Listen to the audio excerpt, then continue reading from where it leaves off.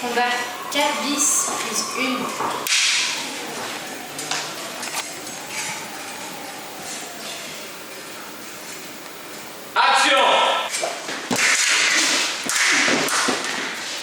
La formation Actora, c'est un petit peu une formation de l'acteur de A à Z. En fait, les cours nous enseignent comment, par la voix, le corps et l'esprit, en fait, on apprend vraiment à devenir un comédien. On a des cours de diction, on a des cours d'expression corporelle aussi, où on s'entraîne vraiment à bien bouger notre corps, à bien le manipuler correctement aussi. On a des cours de chant, de danse, et puis des cours d'art dramatique avec notre prof principal, Monsieur Tarnat.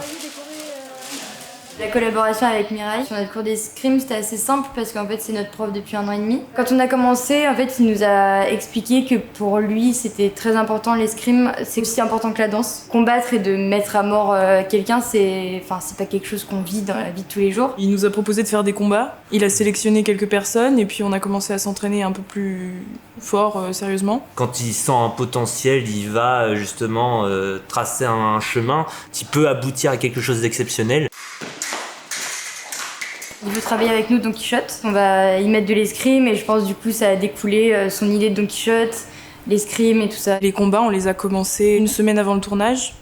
Donc c'était assez intensif, on en a fait facilement 2 heures par jour. La qualité la plus importante pour moi, c'est l'écoute. Pour que ça marche, en fait, il faut qu'on travaille à 2. Et puis il y a une autre qualité aussi qui est importante, c'est la discipline, parce que quand on tient une arme en main qui pourrait être dangereuse pour le partenaire ou pour soi-même, on peut pas se permettre de faire n'importe quoi, et donc il est très important de bien savoir ce qu'on fait et dans les règles aussi. Je pense pas qu'il y ait besoin qu'il y ait une qualité nécessaire pour faire de l'escrime, mais c'est surtout de l'acharnement, du travail tous les jours. Il faut manier l'épée pour que ça devienne automatique. L'une des difficultés aussi, ça a été la gestion de l'espace, parce que c'est vrai que quand on s'entraînait dans le parc, on avait un espace ouvert, donc et on avait beaucoup plus de place pour travailler nos mouvements et la coordination. Mais c'est vrai que dans un studio où l'espace est beaucoup plus restreint et qu'on est sur un plateau qu'on n'a pas le droit de dépasser, il y a une difficulté qui s'ajoute, mais c'est une question d'adaptation après. Je me suis blessé sur les mains, beaucoup de fois. Mais ça va, c'est pas terrible. Je me suis blessée aussi sur les mains, sur la tête. J'ai eu une mèche de cheveux qui a été coupée.